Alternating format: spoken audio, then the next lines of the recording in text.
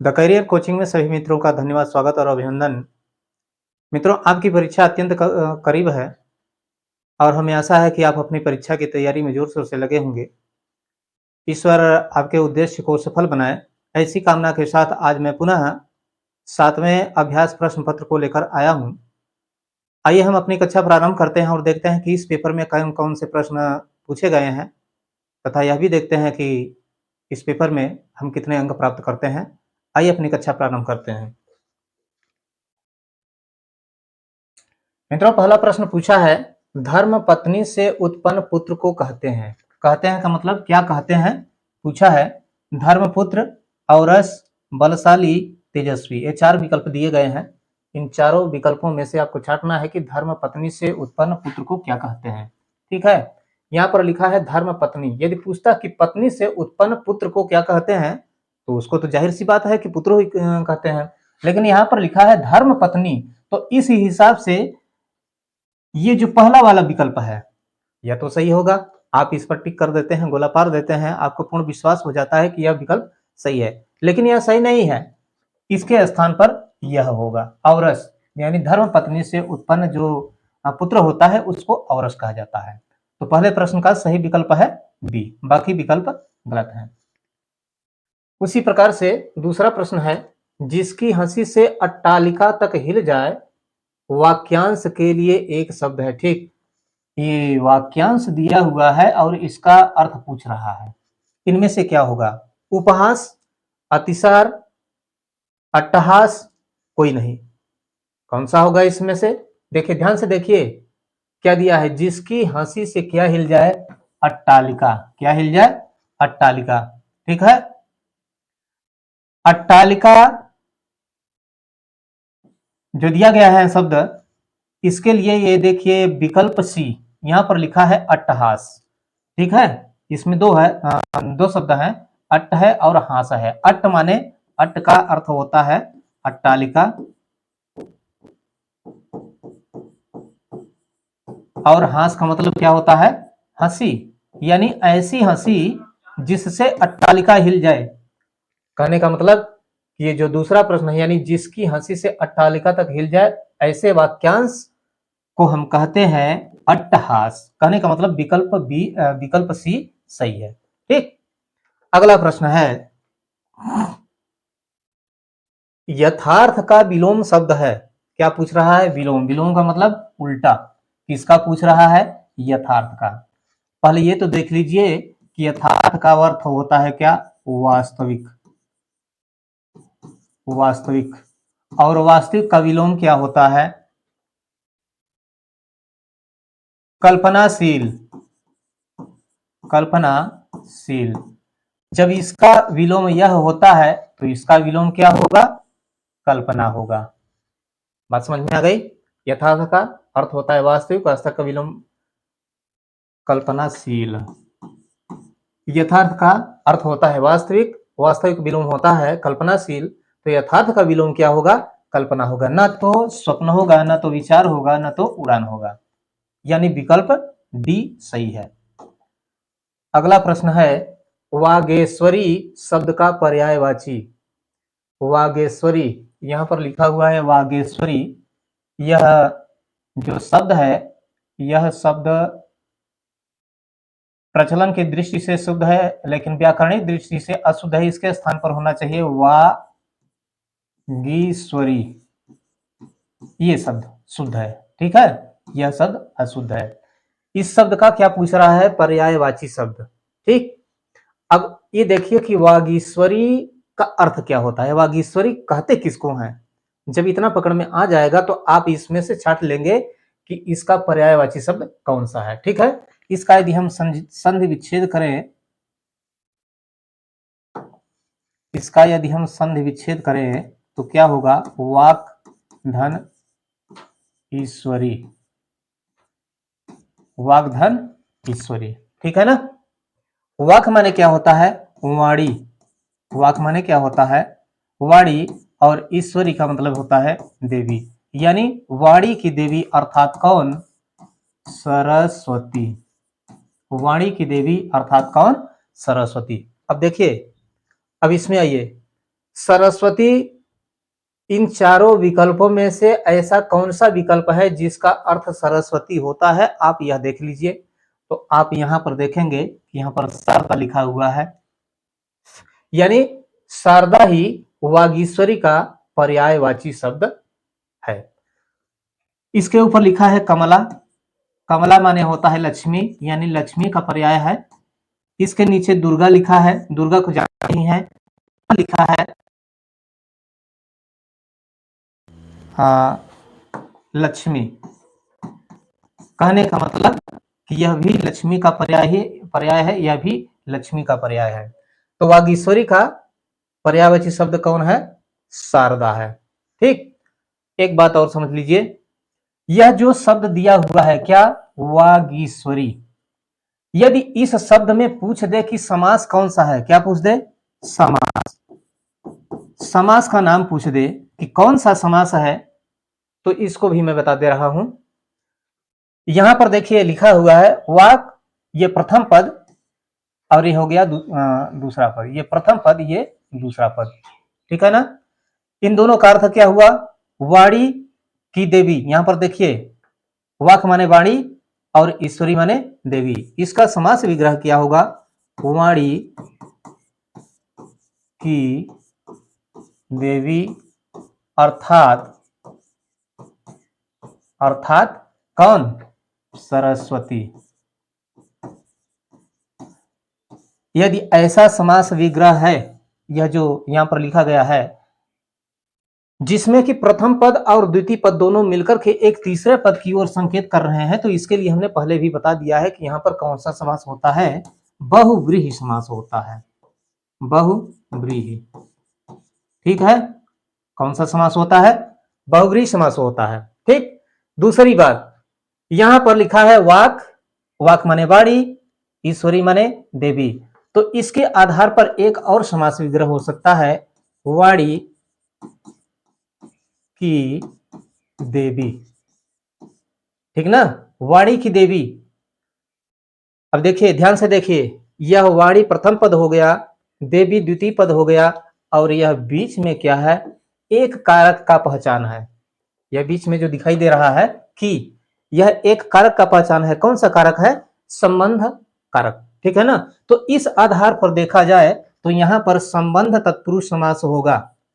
कौन सा? संबंध तत्पुरुष समास। दो ठो समास हो गया, ठीक है ना, दो समास। इसके बाद इसका एक समास विग्रह और होगा, वाणी की है जो देवी। ठीक, वाणी की है जो देवी। अब इसमें आप पूछेंगे कि कौन सा समास है, तो मैं बता दूं, यहां पर कर्मधारय समास होगा। कौन सा समास होगा? कर्मधारय समास। शब्द एक ही है लेकिन इसमें तीन समास। पहला समास बहुव्रीहि समास, दूसरा है संबंध तत्पुरुष समास, और तीसरा है कर्मधारय समास। इस बात को आप लोग हमेशा ध्यान में रखिएगा, ठीक है। अब जैसा आपका समास विग्रह होगा वैसे ही समास का नाम होगा, या जैसा पेपर में पूछता है, प्रश्न में पूछता है, विकल्प में देता है, उस हिसाब से भी यह समास का नाम होगा। ठीक, अगला प्रश्न, निम्नलिखित में से कृष्ण का पर्यायवाची नहीं है। चार विकल्प दिए गए हैं, तीन विकल्प ऐसे हैं जो कि कृष्ण के पर्यायवाची हैं, और एक ऐसा विकल्प है जो कि इसका पर्यायवाची नहीं है। कौन सा नहीं है, हमको छांटना है। पहला लिखा है गिरिधर। गिरि माने क्या होता है? पर्वत। धर माने धारण करने वाला। गिरि माने पर्वत, धर माने धारण करने वाला, पर्वत को धारण करने वाला, अर्थात कौन? श्री कृष्ण, यानी कृष्ण का यह पर्यायवाची है। ठीक है ना। दूसरा विकल्प दिया है नगर। तीसरा विकल्प दिया है नागर। नागर का अर्थ होता है चतुर। श्री कृष्ण बहुत ही चतुर थे, यानी कृष्ण का एक इस चतुरता नामक गुण के कारण कृष्ण का एक और नाम पड़ा था नागर, तो यह भी पर्यायवाची है। इसके बाद रण छोड़, रण को छोड़ करके भागने वाला, अर्थात कौन? श्री कृष्ण। कहने का मतलब श्री कृष्ण के तीन पर्यायवाची मिल गए। कौन कौन? पहला यानी ए सी और डी मिला, कौन सा नहीं, ये बी वाला नहीं मिला। कहने का मतलब कि यही एक ऐसा विकल्प है जो कि कृष्ण का पर्यायवाची नहीं है। ठीक, आगे चलते हैं। बाजार जाकर फल ले आओ वाक्य का नाम है। बाजार जाकर के फल ले आओ, ठीक। विधानवाचक, इच्छावाचक, आज्ञावाचक, कोई नहीं। अब हमको देखिए, ये जो लिखा हुआ है वाक्य, बाजार जाकर फल ले आओ, इसका नाम खोजना है इसमें से। तो जब तक ये नाम यहां पर जो लिखे गए हैं इसके विषय में हम लोग नहीं जानेंगे, तब तक हम इस प्रश्न का उत्तर खोज नहीं पाएंगे। पहले तो यह देखना है हमको कि विधानवाचक शब्द कहते किसको हैं, ठीक है ना। तो मैं बता दूं, वह वाक्य जिससे क्रिया के करने या होने की स्थिति का बोध हो, स्थिति का बोध हो, वह होता है क्या, विधानवाचक। जिससे कार्य करने या होने की स्थिति का बोध हो। जैसे रमेश बैठकर पढ़ रहा है, ठीक है। पढ़ने की क्रिया की जा रही है, किसके द्वारा की जा रही है, रमेश के द्वारा की जा रही है। कैसे की जा रही है, बैठकर, यानी कार्य करने की प्रक्रिया का बोध हो रहा है यहां पर इस वाक्य के माध्यम से, इसलिए यह क्या है, विधानवाचक, ठीक है ना। इसके बाद अब थोड़ा इसको भी देख लीजिए, जो यहां पर लिखा गया है क्या इस उदाहरण से संबंधित है, या यह जो परिभाषा दिया गया है, अर्थ दिया गया है, इससे संबंधित है, तो मैं कहूंगा नहीं है, ठीक है। दूसरा है इच्छावाचक, ठीक। अब इच्छावाचक किसको कहते हैं, जिससे इच्छा या शुभ कामना, जिससे इच्छा या शुभ कामना का बोध हो, मतलब कि ऐसा वाक्य जिसमें इच्छा या शुभ कामना का बोध हो, बताया गया हो या जानकारी मिलती है, उसको हम क्या कहते हैं, इच्छावाचक वाक्य। जैसे हमने कहा आज मैं केले खाऊंगा, ठीक है। जैसे आज मैं केले खाऊंगा, मेरे मन में खाने की इच्छा है, लेकिन क्या खाने की इच्छा है, केले खाने की इच्छा है। ना तो सेव खाने की इच्छा है, ना तो बादाम खाने की इच्छा है, ना तो और कुछ खाने की इच्छा, बल्कि कौन सी इच्छा है, केले खाने की इच्छा है। तो ऐसे वाक्य हमेशा क्या होते हैं, इच्छावाचक वाक्य, ठीक है। अगला विकल्प सी में दिया गया है आज्ञावाचक। आज्ञा का मतलब क्या होता है, आदेश, जिससे आदेश देने या आज्ञा देने का भाव व्यक्त हो, ऐसा वाक्य जिसमें आदेश देने या आज्ञा देने का भाव व्यक्त हो, उसको हम क्या कहते हैं, आज्ञावाचक वाक्य, ठीक है। जैसे हमने कहा तुम घर जाओ, क्या कहा हमने, तुम घर जाओ, यहां पर आदेश दिया जा रहा है क्या करने के लिए, घर जाने के लिए, न तो बैठने के लिए, न तो सोने के लिए, न तो पढ़ने के लिए, न तो खेलने के लिए, बस किसके लिए, घर जाने के लिए आदेश दिया जा रहा है, आज्ञा दिया जा रहा है। तो यह क्या हुआ, आज्ञावाचक वाक्य। अब इसको देखिए, यहां पर भी वही बात लिखी है, बाजार जाकर फल ले आओ। कहां जाना है, बाजार जाना है, क्या करने जाना है, फल ले आने के लिए जाना है, ठीक है ना। कहने का मतलब कि यह वाक्य भी यह बता रहा है कि किसी को आदेश दिया जा रहा है क्या करने के लिए, बाजार जाकर के फल लाने के लिए, इसलिए यह क्या हुआ, आज्ञावाचक वाक्य, न तो विधानवाचक वाक्य है, न तो इच्छावाचक है, ठीक है। अगला विकल्प कोई नहीं है, नहीं, डी। तो ऐसा तो है नहीं कि इस प्रश्न का उत्तर इन तीनों विकल्पों में कोई है ही नहीं। अगर कोई नहीं रहता तब हम इसको मानते, ठीक है।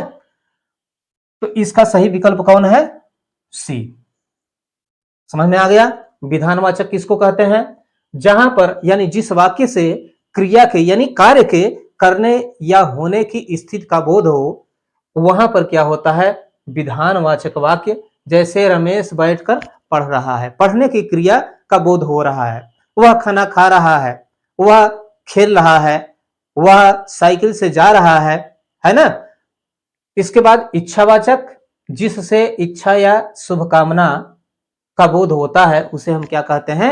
इच्छावाचक वाक्य। जैसे उदाहरण लिखा हुआ है, आज मैं केले खाऊंगा, आज मैं दूध पीऊंगा, आज मैं स्नान नहीं करूंगा, है ना?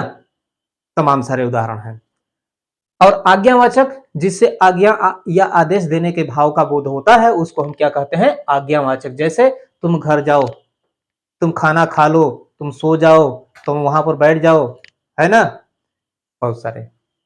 अगला, कपटी आदमी का अर्थ, कपटी आदमी अर्थ के लिए सही लोकोक्ति। ध्यान से देखिए, यहां पर क्या दिया गया है? लोकोक्ति गलत छप गया है भाई, यहां पर होना चाहिए लोकोक्ति। लोकोक्ति, ठीक है, इसके स्थान पर यह होना चाहिए। का चयन कीजिए। कहने का मतलब यहां अर्थ दिया गया है, लोकोक्ति यहां पर दिया गया है विकल्प में। अब हमको इसमें से यह छांटना है कि इसमें से कौन सा ऐसा विकल्प है, ए है कि बी है कि सी है कि डी है, इसमें से कौन सा ऐसा विकल्प है जिसका अर्थ यह होता है, हमको यह छांटना है। पहला विकल्प क्या दिया है? चोर की दाढ़ी में तिनका, ठीक है, चोर की दाढ़ी में तिनका। इसका अर्थ क्या होता है? दोषी हमेशा चौकन्ना रहता है, ठीक है। चोर की दाढ़ी में तिनका, इसका अर्थ होता है दोषी हमेशा चौकन्ना रहता है। इस यानी यह जो विकल्प दिया गया है, इसका अर्थ यह नहीं होता है, यानी यह गलत हो गया, है ना?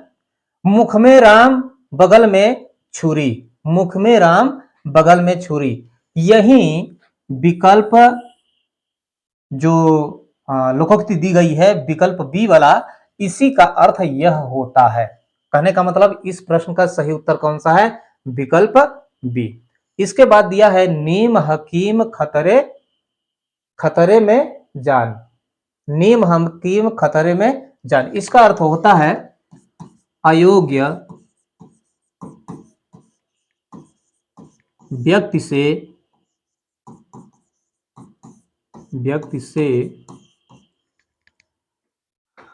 हमेशा खतरा होता है, ठीक। नीम हकीम खतरे में जान, इसका अर्थ होता है अयोग्य व्यक्ति से हमेशा खतरा होता है। चोर की दाढ़ी में तिनका, इसका अर्थ होता है दोषी हमेशा चौकन्ना रहता है या दोषी हमेशा सावधान रहता है। पहला विकल्प गलत और तीसरा विकल्प गलत। पहले का और तीसरे का यह अर्थ नहीं है, बल्कि जो विकल्प बी है, मुख में राम बगल में छुरी, इसका अर्थ यह होता है। कहने का मतलब कि इस प्रश्न का सही विकल्प कौन सा है? विकल्प बी है, ठीक। इसके बाद अगला प्रश्न,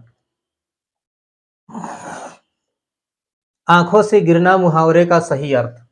क्या पानी होता है, क्या आंसू होता है, क्या दोनों होता है, क्या आदर घट जाना होता है? इसी में से हमको क्या करना है? छांटना है। आंखों से पानी गिरना, पानी, बात सही है कि आंखों से पानी गिरता है, तो क्या इसका अर्थ यह है? नहीं, इसका अर्थ यह नहीं है। कहने का मतलब विकल्प ये गलत। तब क्या आंसू होता है? भाई पानी जो आंखों से गिरता है उसको हम आंसू ही कहते हैं, बात सही है, लेकिन इसका अर्थ यह भी नहीं होता है, ठीक है ना। अर्थ पूछ रहा है ना, ये थोड़ी पूछ रहा है कि आंखों से क्या गिरता है, अर्थ पूछ रहा है, आंखों से गिरना, इसका अर्थ तो क्या होगा? क्या दोनों होगा? जब यह भी गलत तो दोनों होगा कैसे?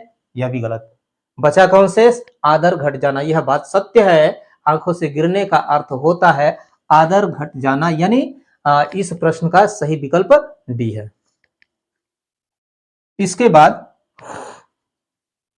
अगला प्रश्न है, गुरुजनों की आदेश की खाली स्थान दिया है सर्वथा उचित है। इस विकल्प में से एक विकल्प छांट करके इस रिक्त स्थान की पूर्ति करना है आपको। इसमें से छांटिए कि कौन सा विकल्प सही होगा। गुरुजनों के आदेश की अपेक्षा, आलोचना, उपेक्षा, अभिलाषा, कौन सा होगा? हमारे हिसाब से विकल्प सी सही होगा। उपेक्षा का मतलब क्या होता है? तिरस्कार। तिरस्कार। उपेक्षा का मतलब क्या होता है? तिरस्कार, या इसको हम अपमान भी कहते हैं। ठीक, इस शब्द को यहां पर भरा जा सकता है उपेक्षा। अब थोड़ा देख लीजिए क्या सही है। गुरुजनों के आदेश की उपेक्षा, उपेक्षा माने तिरस्कार या अपमान, सर्वथा माने हमेशा उचित है। कहने का मतलब कि गुरुजनों के आदेश की हमें तिरस्कार या अपमान कभी भी नहीं करना चाहिए। ठीक, क्योंकि गुरु ही तो होता है जो कि सत्य मार्ग पर हमको ले जाता है, सत्य मार्ग को दिखाता है, हमारे हर एक उद्देश्य में सफलता प्रदान करवाता है ना। तो इस हिसाब से विकल्प सी सही होगा और ये बाकी विकल्प गलत है। ठीक, इसके बाद अगला प्रश्न है, अर्जुन ने कर्ण को बाण से मारा, रेखांकित अंश में कौन सा कारक है? बहुत बढ़िया प्रश्न पूछा है। बाण से मारा, ठीक। अपादान, करण, कर्म कोई नहीं। पहले यह तो देख लें कि अपादान, करण या कर्म का पहचान क्या है। जब भाई हमने पहले भी बता दिया है कि पहचान यदि मालूम नहीं है तो हम प्रश्न का सही उत्तर निकाल नहीं पाएंगे और भटक जाएंगे। कहने का मतलब कि गलत हो जाएगा। अपादान कारक का पहचान होता है, देखिए अपादान, अपादान कारक का पहचान क्या होता है? से। इसके बाद करण का पहचान क्या होता है? से। ठीक, अपादान का पहचान भी से होता है, कर्ण का पहचान भी से होता है। अब तो बड़ी मुश्किल हो गई यार, प्रश्न का उत्तर हम कैसे छांटे? दोनों का एक ही पहचान दिखाई दे रहा है ना। लेकिन घबराने की कोई आवश्यकता नहीं है, मैं अभी क्लियर कर देता हूं कि दो यहाँ जो से लिखा गया है उसमें से कौन से सही है और कौन से गलत है।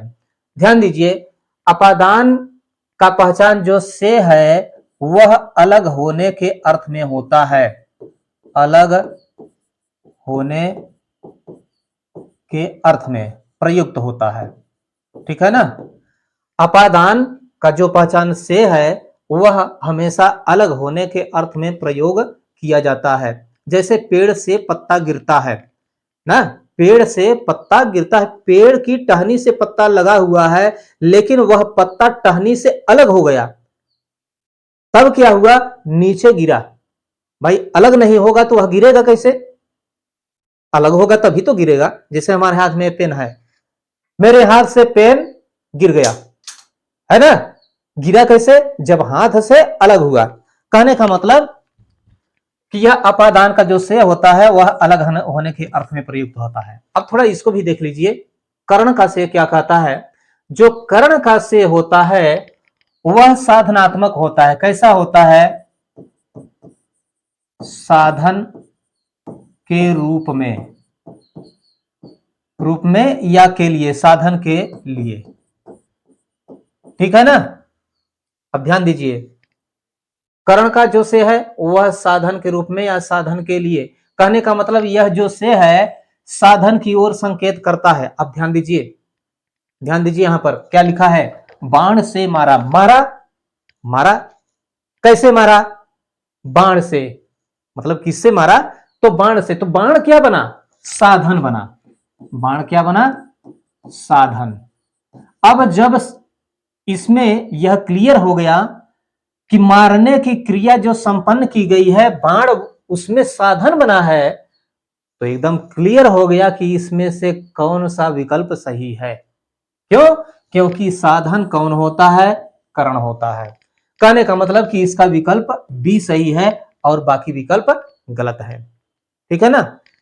विकल्प क्लियर हो गया। अपादान को हमने बता दिया, अपादान का भी पहचान से होता है, लेकिन हमेशा अलग होने के अर्थ में प्रयोग किया जाता है। करण का पहचान भी से होता है, लेकिन यह साधन के रूप में प्रयोग किया जाता है, या इसका से एक साधन की ओर संकेत करता है, जैसा कि यहाँ पर दिया है। मारने की क्रिया संपन्न की गई है किस से? बाण से, यानी यह बाण की ओर संकेत कर रहा है कि बाण से मारा गया है। यदि बाण न होता तो मारने की क्रिया संपन्न न होती, तो बाण क्या बना? साधन बना।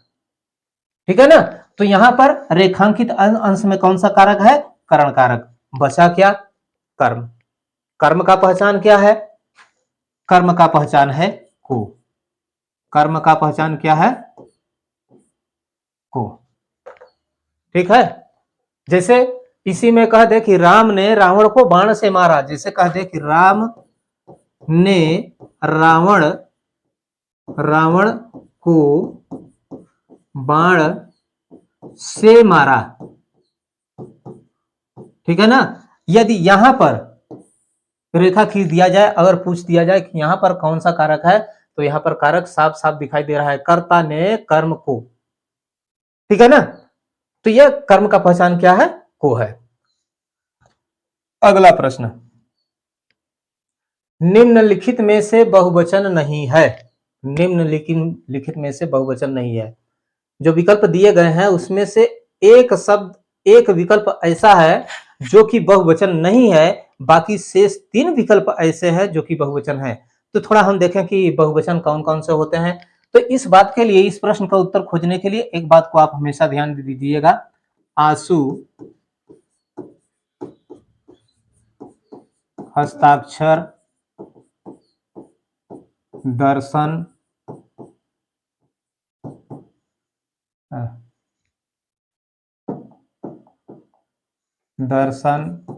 समाचार, ये सब हमेशा बहुवचन में प्रयुक्त किए जाते हैं। ठीक है ना? हमने लिख दिया है, यह सब क्या होते हैं? हमेशा बहुवचन में प्रयोग किए जाते हैं। बहुवचन।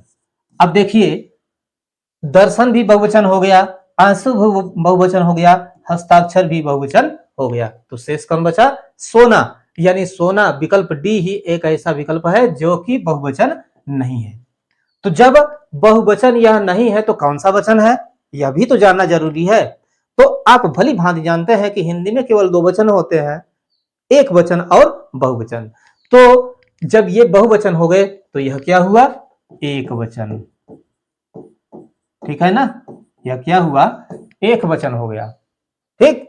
और एक वचन में भी कुछ शब्द ऐसे होते हैं जो कि हमेशा एक वचन में ही प्रयोग किए जाते हैं, जैसे माल, जनता, माल, जनता, सामान, सोना इत्यादि। ये सब हमेशा एक वचन में प्रयुक्त किया जाता है। इस बात को आप लोग हमेशा ध्यान दीजिएगा। आज प्रश्न में यहाँ पर सोना दिया हुआ है, कल हो सकता है जनता दे दे, परसों हो सकता है कि सामान दे दे, या आपका जो मूल पेपर होने वाला है SSCGD का, उसमें इसमें से कोई भी दे सकता है। तो जब इसको आप याद रखेंगे तो वह आपको काम देगा। ठीक है? राम घर जा चुका में कौन सी क्रिया है? 12वां, राम घर जा चुका। ठीक। संयुक्त क्रिया, नामधात, दिनों, दिनों, यहां भी गलत है भाई, दिनों नहीं, दोनों हो सकता है। ठीक है ना? दोनों हो सकता है। अब देखिए, जो संयुक्त क्रिया दिया है, पहले उसको कहते किसको हैं? संयुक्त क्रिया किसको कहते हैं, पहले ये तो हम जाने, तब तो हम देखेंगे कि विकल्प में ए वाला सही है कि गलत है। ठीक है ना? तो जहां पर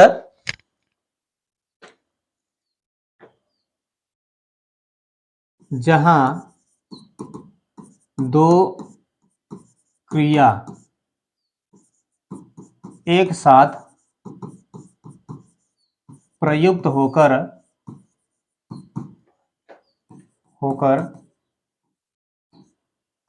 कार्य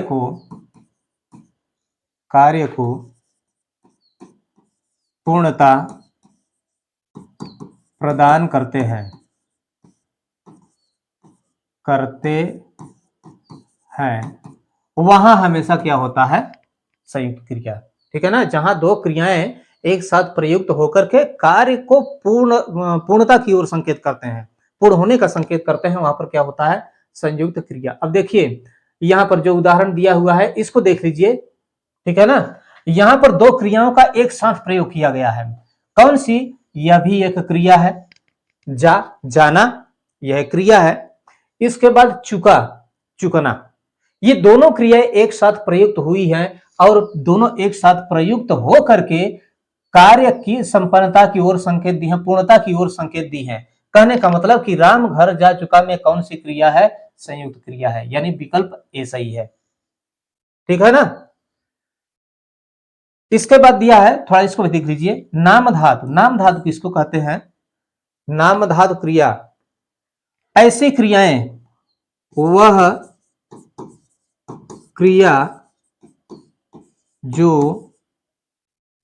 क्रिया जो संज्ञा या विशेषण से बनाई जाती है, उसको हम क्या कहते हैं, नाम धातु कहते हैं। ठीक है, जो वह क्रिया जो संज्ञा या विशेषण से बनाई जाती है उसको हम क्या कहते हैं, नाम धातु क्रिया कहते हैं। जैसे बात से बतियाना, बात से बतियाना, हाथ से हथियाना, हाथ से हथियाना, और अंतिम में यह क्या लिखा हुआ है आप लोग पढ़ लीजिए खुद ही, हमको पढ़ने नहीं आता है। ठीक है, वह क्रिया जो संज्ञा या विशेषण से बनती है। तो यहां पर देखिए बात से बतियाना बना हुआ है, बात से बतियाना, हाथ से हथियाना और लात से लतियाना, यह क्या हो गया, नाम धातु क्रिया हो गया। ठीक है, विकल्प मिल गया। ठीक, आगे चलते हैं। इसके बाद लिखा है 3 मीटर कपड़ा। क्या लिखा है, 3 मीटर कपड़ा। निम्नलिखित में से है, क्या है, गुणवाचक विशेषण है, संख्यावाचक विशेषण, परिमाणवाचक विशेषण, केवल विकल्प बी। ठीक, देखिए पहली बात तो गुणवाचक विशेषण कहते किसको हैं, जिससे, यहां लिख दे रहे हैं हम, संकेत लिख दे रहे हैं, पहचान, गुण, दोष, दशा आदि का बोध हो। मतलब यहां पर लिखा हुआ है 3 विशेषण। ये तो कंफर्म हो गया कि यहां पर जो लिखा हुआ है ना, इसमें कोई ना कोई विशेषण है। कौन सा विशेषण है हमको पता नहीं है, खोजना है, लेकिन ये तो कंफर्म हो गया विशेषण है। तो गुणवाचक विशेषण कहते किसको हैं, वह विशेषण जिससे गुण, दोष, दशा इत्यादि का बोध हो उसे हम क्या कहते हैं, गुणवाचक विशेषण। जैसे कि हमने कहा सुंदर लड़का, सुंदर लड़का, कुरूप व्यक्ति, है ना, यह क्या हुआ, गुणवाचक विशेषण का उदाहरण है। हमने क्या कहा, ऐसा विशेषण जिससे गुण, दोष, दशा इत्यादि का बोध हो उसको हम क्या कहते हैं, गुणवाचक विशेषण। जैसे उदाहरण लिखा हुआ है, सुंदर लड़का, सुंदर गाय, है ना, कुरूप व्यक्ति, नीला रंग, है ना, पीला फूल, है ना, इत्यादि। अब इसमें ये जो हमने लिखा है या यह जो संकेत हमने किया है, हमको यह भी देखना है कि यहां पर जो लिखा है क्या इन दोनों से संबंधित तो नहीं है। यदि इन दोनों से संबंधित होगा तो मानकर चलिए कि यहां पर गुणवाचक विशेषण होगा, अन्यथा गुणवाचक विशेषण नहीं होगा। लेकिन इसको देखने मात्र से पता चल रहा है कि यहां पर गुणवाचक विशेषण नहीं है ना। अब आगे चलते हैं, संख्यावाचक विशेषण। संख्या का मतलब जिससे क्या बोध हो, संख्या का, ऐसा विशेषण जिससे संख्या का बोध हो, ऐसा विशेषण जिससे क्या बोध हो, संख्या का बोध हो, उसे हम क्या कहते हैं, संख्यावाचक विशेषण। जैसे कि दूसरी बात, तीसरा व्यक्ति, चौथा दूसरी बात, तीसरा व्यक्ति, चौथा आदमी, है ना, पांचवा शहर है। तो ये क्या है? संख्यावाचक विशेषण है। ठीक ना। अब देखिए, आप पूछेंगे कि संख्यावाचक विशेषण कैसे हुआ, तो हमने पहले ही बता दिया है संख्यावाचक विशेषण की जो पहचान है वह क्या है? संख्या है। एक पद मतलब कि एक पद संख्या हो गया, ये दूसरी तीसरा यह संख्या हो गया। यह विशेषण, विशेषण क्या होता है? जो कि विशेषता को बतलाने वाला होता है। विशेषण कहते किसको है? जो विशेषता को बताने वाला होता है वही विशेषण होता है। जैसे कि यहां पर उदाहरण लिखा हुआ है, बात, बात की विशेषता बतला रहा है कौन शब्द? यह शब्द। व्यक्ति की विशेषता बतला रहा है कौन शब्द? यह शब्द, है ना। तो यहां पर क्या हुआ? संख्यावाचक विशेषण। परिमाण का मतलब क्या होता है? परिमाण, परिमाण का मतलब मात्रा, परिमाण का मतलब क्या होता है? मात्रा। जिससे मात्रा का बोध, ऐसा विशेषण जिससे मात्रा का बोध हो उसे हम क्या कहते हैं? अच्छा, एक मिनट, परिणामवाचक। ये परिणामवाचक लिख दिया गया है यहां पर। यह परिमाण होना चाहिए। ठीक है, क्या होना चाहिए? परिमाण, यह होना चाहिए भाई। यहां मिस्टेक हो गया, गलत छप गया है। तो परिमाण का मतलब क्या होता है? मात्रा होता है, या ये गलत है। परिमाण का मतलब क्या होता है? मात्रा। ऐसा विशेषण जिससे मात्रा का बोध हो उसे हम क्या कहते हैं? परिमाणवाचक विशेषण। जैसे हमने कहा थोड़ा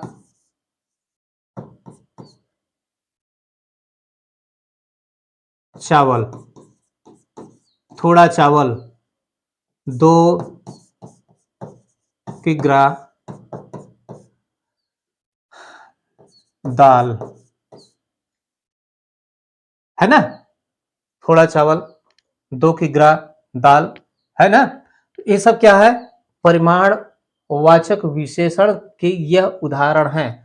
चावल की विशेषता यह बतला रहा है कौन? थोड़ा। थोड़ा, अब थोड़ा यह मात्रा को बता रहा है, मात्रा का बोध करा रहा है थोड़ा। और 2 किग्रा, ये दोनों बात है जिससे जिसका नाप तौल हो सकता है वह भी इसमें सम्मिलित होता है। ठीक है ना। अब थोड़ा देख लीजिए कि यहां पर जो उदाहरण दिया गया है 3 मीटर कपड़ा, इन तीनों में से किससे संबंधित है? किसका उदाहरण है? आप खुद ही खोज लीजिए। तो हमारे हिसाब से विकल्प सी सही है। क्यों? क्योंकि परिमाण माने क्या होता है? मात्रा। जो मात्रा का बोध कराता है, ऐसा विशेषण जो मात्रा का बोध कराता है वह क्या होता है? परिमाणवाचक विशेषण। यहां पर लिखा हुआ 3 मीटर कपड़ा, तो कपड़े की मात्रा का बोध करा रहा है यह शब्द। ठीक है ना। कपड़े की मात्रा का बोध यह शब्द करा रहा है, इसलिए यह परिमाणवाचक विशेषण में सम्मिलित है। इसका उदाहरण है। तो भी लिखा है मनः धन रथ में कौन सी संधि है? यहां पर विकल्प दिया हुआ है, स्वर, व्यंजन, यण, कोई नहीं। ठीक, 4 विकल्प दिए हैं, उसमें से हमको देखना है कि यह जो उदाहरण दिया गया है इसमें से कौन सी संधि है। ठीक ना। तो यहां पर पहले लिखा गया है स्वर संधि। ठीक है ना। स्वर संधि का पहचान क्या है? मैं बता दे रहा हूं, स्वर धन स्वर। ठीक है ना। जहां पर स्वर से स्वर मिलता है, यानी कहने का मतलब कि प्रथम शब्द में अंतिम में भी स्वर हो और द्वितीय शब्द के शुरुआत में भी क्या हो? स्वर है, तो वहां पर क्या होता है? स्वर संधि होता है। क्या होता है? स्वर संधि होता है। ठीक है ना। और स्वर संधि का एक मूल पहचान है आ, बड़ी और बड़ा ऊ। ठीक, यह स्वर संधि का पहचान है। अब देख लीजिए इसमें जो उदाहरण दिया गया है क्या इससे संबंधित है? क्या प्रथम शब्द के लास्ट में अंत में स्वर है? यहां पर देखिए, जो प्रथम शब्द है अंतिम में क्या स्वर है? तो हम कहेंगे कि स्वर नहीं है। तो जब प्रथम शब्द के अंतिम में स्वर नहीं है तो इसका मतलब कि यहां पर स्वर संधि नहीं है। कहने का मतलब यह विकल्प गलत है। ठीक है। तब क्या व्यंजन संधि है? तो हम देख लेते हैं कि व्यंजन संधि का भी उदाहरण क्या कहते हैं कि व्यंजन संधि भी किसे कहते हैं?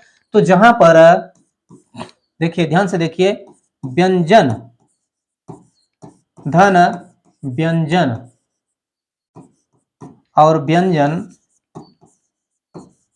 धन स्वर। ठीक है, कहने का मतलब कि जहां पर प्रथम पद क्या हो, व्यंजन हो। ये जो सूत्र हमने लिखा है, दोनों जगह प्रथम पद में क्या है, व्यंजन है।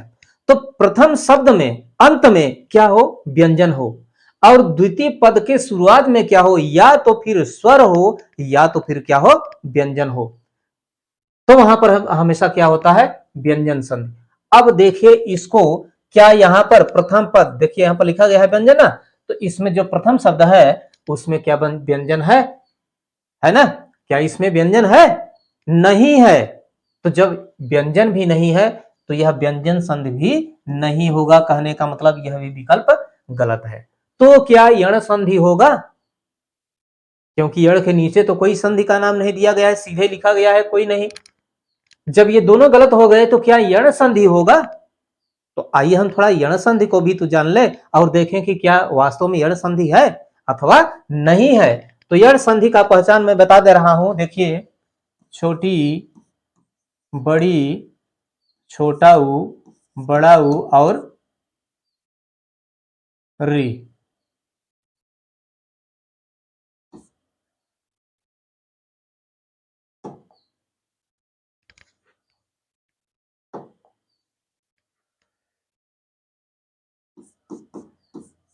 री, ठीक है। देखिए, इसके साथ यदि कोई असमान स्वर मिलता है, असमान क्या मिलता है, स्वर। जब इसके समान साथ कोई असमान स्वर मिलेगा तो ये बदल जाएंगे किस में, य में। ठीक है, ध्यान से देखिएगा, इन दोनों के साथ, ये बड़ी है, इन दोनों के साथ बारी बारी से साथ में ही नहीं, कोई असमान स्वर मिलता है तो यह परिवर्तित हो जाएगा किसमें, य में। उसी प्रकार से इन दोनों में से किसी एक के साथ कोई असमान स्वर मिलता है तो यह बदल जाएगा किसमें, यो, व में। किसमें बदल जाएगा, व में। और इसके साथ री के साथ भी कोई असमान स्वर मिलता है तो यह बदल जाएगा किसमें, र में। ठीक है, इसमें बदल जाएगा। ठीक, जैसे हमने कहा नी धन आस। क्या कहा, नी प्रथम शब्द और द्वितीय शब्द क्या है, आस। इसमें देखिए क्या है, कौन सी कौन सा स्वर है, छोटी है, और इसके बाद आ है। हमने क्या कहा, इन दोनों में से किसी एक के साथ कोई असमान स्वर मिलता है तो परिणाम क्या निकलता है, यह निकलता है, यानी ये दोनों बदल जाते हैं किसमें, इसमें बदल जाते हैं। तो अब इसका संधि क्या होगा, ये हो जाएगा य में। अब देखिए इसका क्या होगा, निधन आस, तो क्या हो जाएगा, न्यास। ठीक है ना, न्यास हो जाएगा। ठीक, और उसी प्रकार से हम कहें अनुधान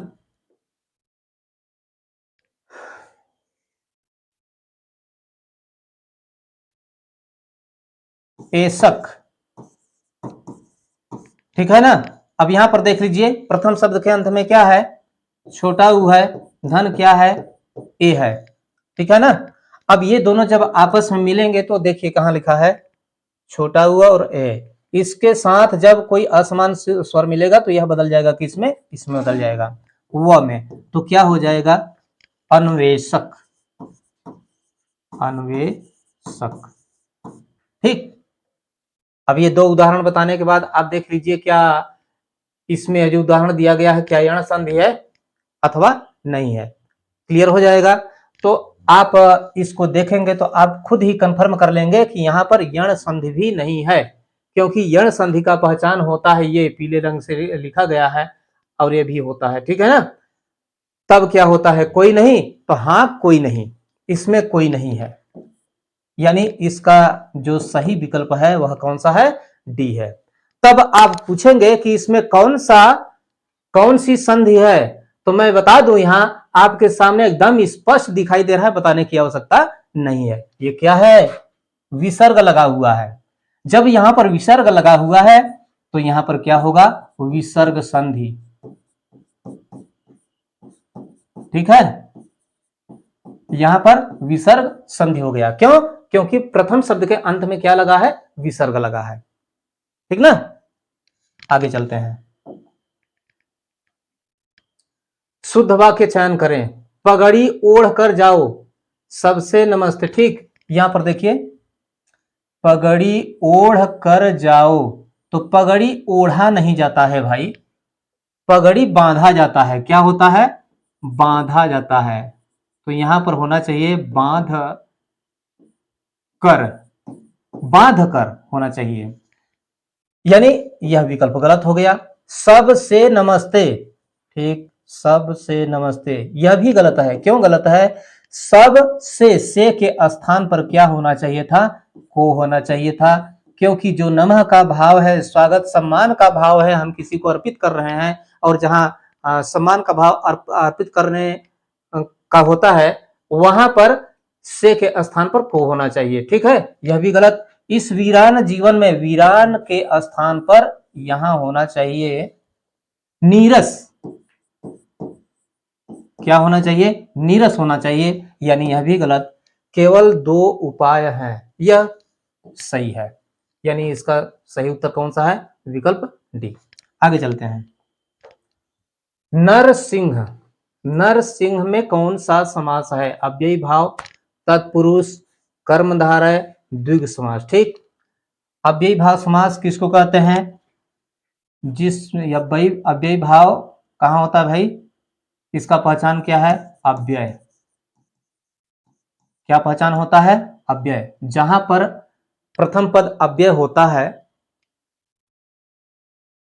वहां पर क्या होता है, अव्ययी भाव समास होता है।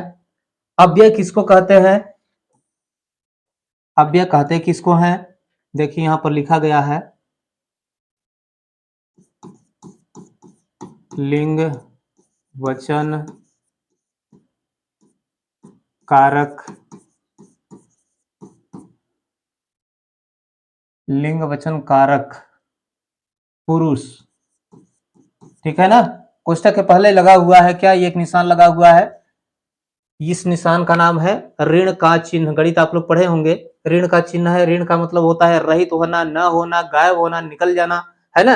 कहने का मतलब कि ऐसे शब्द जिनमें न तो लिंग पाया जाए, न तो वचन पाया जाए, कारक या पुरुष न पाया जाए, वह शब्द हमेशा क्या होते हैं, अव्यय होते हैं। और जिसका प्रथम पद अव्यय होता है, वह द्वितीय पद के साथ मिलकर के पूरे सामासिक पद को अव्यय बना देता है। तो वहां पर हमेशा क्या होता है, अव्ययी भाव समास होता है। ठीक है, और अव्यय जो होता है उपसर्ग भी होता है। क्या होता है, उपसर्ग।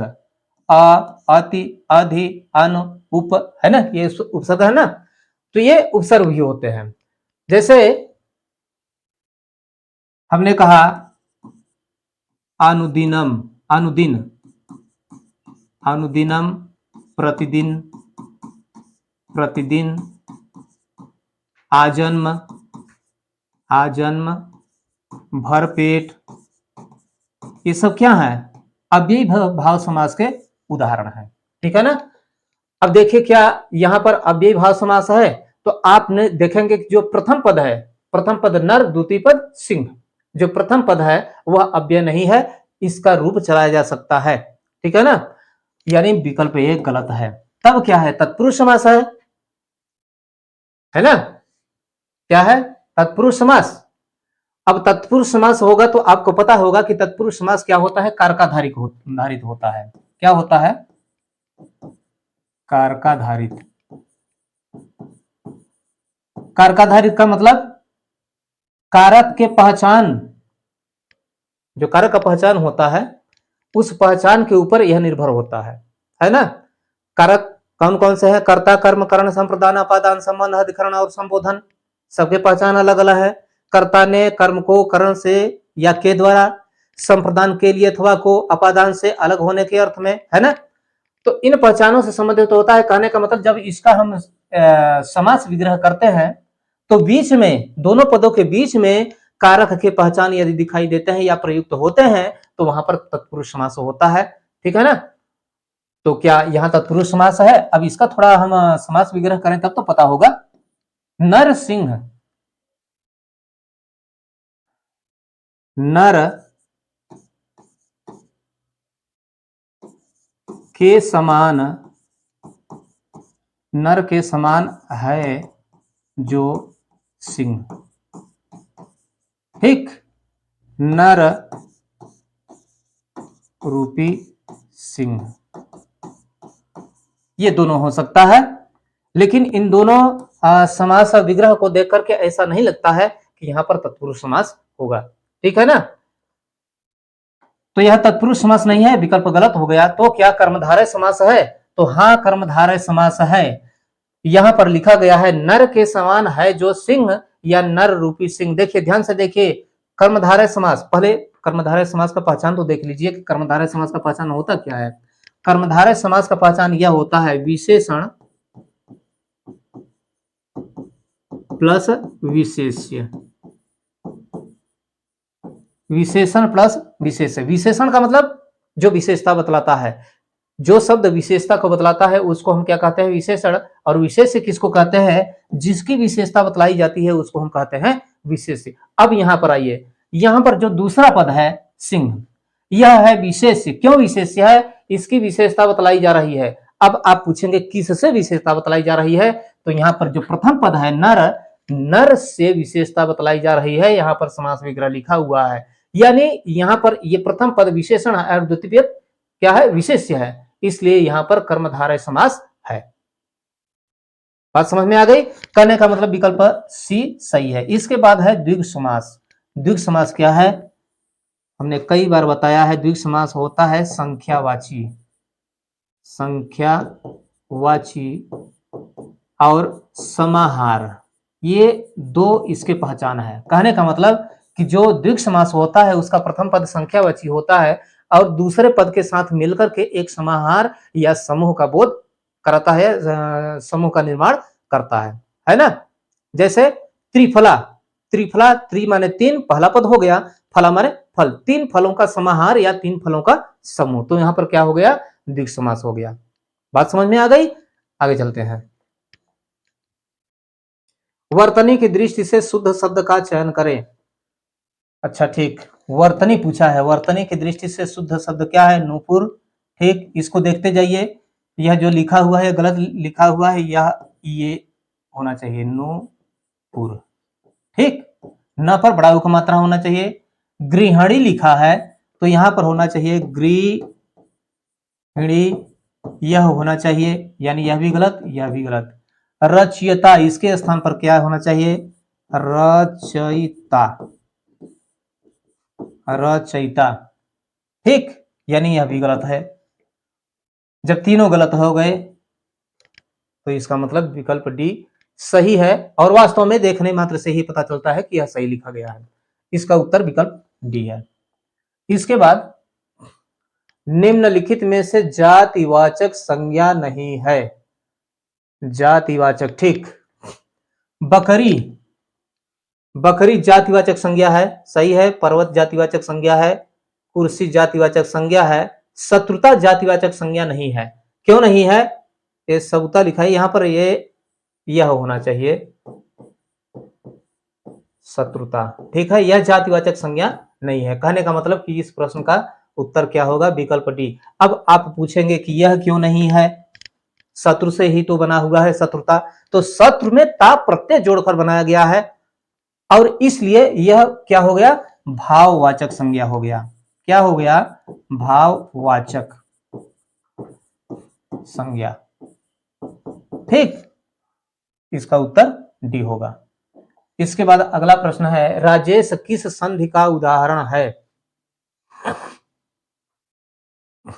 राजेश किस संधि का उदाहरण है? गुण स्वर संधि, वृद्धि स्वर संधि, दीर्घ स्वर संधि और कोई नहीं। ठीक, राजेश,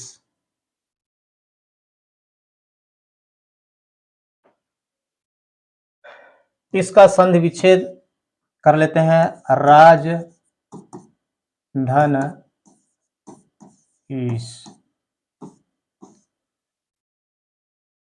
ठीक, अब देखिए यहां पर ध्यान दीजिए, पहला लिखा हुआ है गुण, गुण स्वर संधि। गुण स्वर संधि कहां होता है? ध्यान से देखिए, अ, आ, छोटी, बड़ी,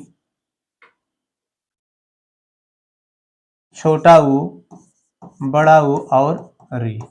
जोड़ा बना लीजिए, पहला जोड़ा, दूसरा जोड़ा, तीसरा जोड़ा, चौथा जोड़ा। ठीक है, ध्यान दीजिए, ये जो पहले लिखा गया है अ, आ, इन दोनों में से किसी एक के साथ यदि इस जोड़े में से कोई एक आकर मिलता है तो यह बदल जाता है, किस में? ए में बदल जाता है। मतलब यह अकेले नहीं बदलता है, दोनों मिलकर बदलते हैं। ठीक है ना?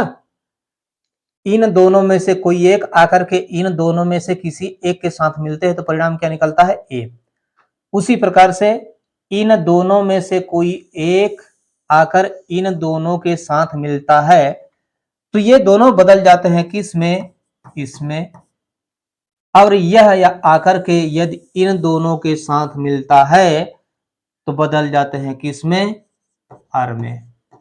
ठीक है, अब देखिए, अब यहां पर देखिए, राजेश का संधि विच्छेद हमने यहां पर किया हुआ है। प्रथम पद, जो प्रथम शब्द है, इसके अंत में क्या है? अ है। क्या है? अ। ठीक है, ध्यान से देखिए। और दूसरे पद के शुरुआत में क्या लिखा है? बड़ी। एक पद यहां से है, एक स्वर यहां से है और दूसरा वाला यहां से है। ठीक है ना? तो प्लस क्या होगा? ई। ठीक है, और हम जानते हैं कि प्रथम पद में इन दोनों में से कोई एक होगा और दूसरे में इन दोनों में से कोई एक होगा तो ये दोनों दोनों खत्म हो जाएंगे और बचे ये दोनों बदल जाएंगे, किस में? ए में। ठीक है ना? अब देखिए यहां पर जो लिखा गया है राज और ईस, रा,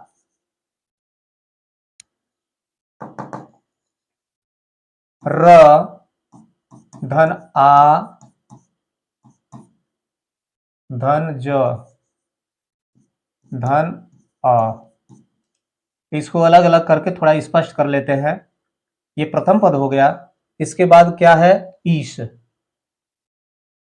ई, धन, स, धन, अ। हमने क्या बताया? प्रथम पद के अंत में कौन सा वर्ण है? अ है। यहां पर हमने लिखा भी है।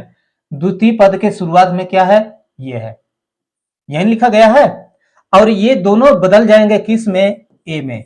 अब देखिए, अब इन दोनों को एक दूसरे से मिलाइए। इन दोनों को जब मिलाएंगे तो क्या हो जाएगा? रा। ज बचा है। ठीक, ये दोनों तो खत्म हो गए, परिवर्तित हो गए किसमें? इसमें। तो इसको भी लिख दीजिए, लिख दिया हमने। बचा क्या है? स।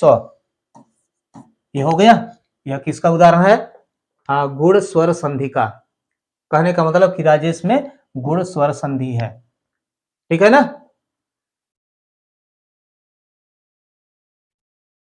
इसी प्रकार से अगला जो प्रश्न है, निम्नलिखित में से प्रत्यक्ष का विलोम क्या है? प्रत्यक्ष का विलोम होता है अप्रत्यक्ष। ठीक है ना? यह उपसर्ग से बना है। किससे बना है? उपसर्ग से। ठीक है, और दूसरा विलोम होता है परोक्ष।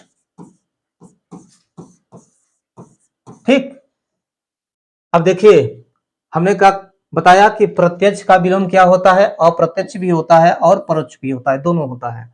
अब देखिए विकल्प में क्या दिया है? अप्रत्यक्ष, यानी यह सही है। अपरोक्ष यह गलत है। परोक्ष, परोक्ष भी तो हमने बताया है ना? अब इन दोनों के लिए देखिए विकल्प सबसे नीचे डी में दिया हुआ है, विकल्प ए तथा बी। विकल्प ए तथा बी, अप्रत्यक्ष और परोक्ष।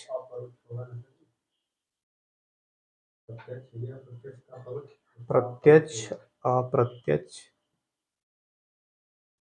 ठीक है, तो हमने क्या बताया? प्रत्यक्ष का विलोम अप्रत्यक्ष और परोक्ष। अब देखिए यहां से मिलान कीजिए, तो अप्रत्यक्ष यहाँ ए वाले में दिया है और परोक्ष सी वाले में दिया है, यानी इसका उत्तर विकल्प डी होगा। लेकिन यहाँ पर डी में, यहाँ पर बी दिया हुआ है, यहाँ पर मिस्टेक से छप गया है बी, यहाँ पर सी होना चाहिए।